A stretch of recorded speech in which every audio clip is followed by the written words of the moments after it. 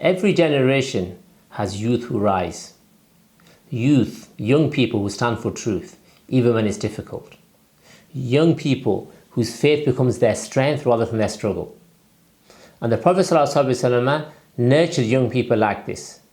Young people that were connected to Allah subhanahu wa ta'ala, that were connected to their purpose, and that were connected to their own selves. So inshallah, in today's session, we're going to revisit some of these stories to try to take lessons for our own lives.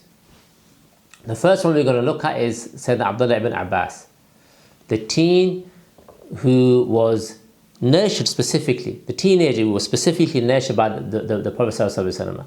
And in fact, his journey begins before he's a teenager. They mention Abdullah ibn Abbas when he was a young boy. The Prophet ﷺ placed his blessed hand on his shoulder and told him that Allah subhanahu wa ta'ala is always with you. Allah subhanahu wa ta'ala is always with you. This was when he was still young. And then as time went on, he continued to receive instruction from the Prophet ﷺ, being told that Allah subhanahu wa ta'ala is close to him. Allah subhanahu wa ta'ala has a loving connection to him. And this completely changed his perspective and allowed him to develop this relationship with Allah subhanahu wa ta'ala, and turning him into this great scholar. Number two, we have Ali ibn Abi Ṭālib. So Ali ibn Abi Ṭālib, again, he was very young when he first accepted Islam. And they mention when the Prophet ﷺ, when he was going on the hijrah, when Sayyidina Ali had now become a young boy, that he is the one who took the place of the Prophet ﷺ. The Prophet ﷺ left his house. And you have to remember a situation of great danger. There's 100 young assassins around the house of the Prophet ﷺ, waiting to murder him. The Prophet ﷺ leaves the house and he leaves Ali in his place. And Sayyidina Ali took that on. Why did he take that on? Because of this great conviction that he had, this great courage that he had, which was founded upon a deep belief in Allah subhanahu wa ta'ala, and also a deep connection to the religion. This requires identity. You can't explain something like this until that iman, or till our faith becomes like an essential part of who we are. Otherwise, we're never going to have this type of connection and understanding. Who else? We've got Asmā bint Abi Bakr, the teenager again with unbreakable strength. So Asmā bint Abi Bakr was a teenager when she risked everything to deliver supplies to the Prophet ﷺ and Abu Bakr as-Siddiq in the cave of Thawr. So what we see again here is the Prophet ﷺ is fleeing Makkah al-Mukarramah due to attacks on his life. So this great lady, Asmā bint Abi Bakr, who was actually pregnant at the time, she's pregnant and she would carry heavy loads to the mountain of Thawr in order to give food and in order to give supplies to her father, Abu Bakr as-Siddiq, and to the Prophet ﷺ. In going in pitch darkness, they mentioned it was so dark, she couldn't see even within like a few yards ahead of her. And yet she carried these loads. I mean, how can people do that kind of level of commitment and courage, and how can they have that level of faith other than that they're nurtured by the best of creation, who gives them this certainty and this positive identity.